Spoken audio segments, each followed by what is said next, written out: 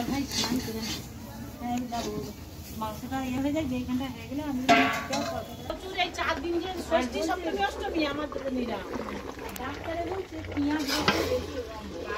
অম্বল 12টা 57 হয়েছে একটা বাজে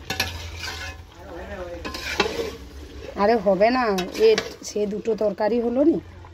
দুবার করে রাইস আরে হ্যাঁ তারপরে এটা কষা হবে টাইমে হয়ে গেছে রান্না আর পনিরটা রান্না হবে ও পনিরটা দিয়ে দিন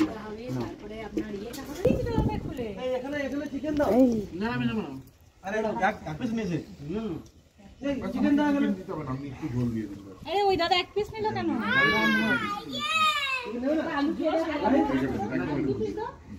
দু পিস দাদা এক পিস যেটা নেবে দেই ব্যাস আপনি অন্য ও ইসলাম দা নিচ্ছেন না কেন আরে দাও দাও মা আঙ্কেল নাও দাও ভাত দিয়ে দাও এই দাদার পাতে ভাত দেবে বাবু আসেন তারপর এই কেটে কেটে ভিডিও হবে আসেন আমার ছেলে উঠেছে ওরকে দাও একদম না দাদা আমাকে এক বাম হাতে দিচ্ছি না না না তাহলে আমি তোমাদের পায়ে দেব আর লাগলে নেবো চিন্তা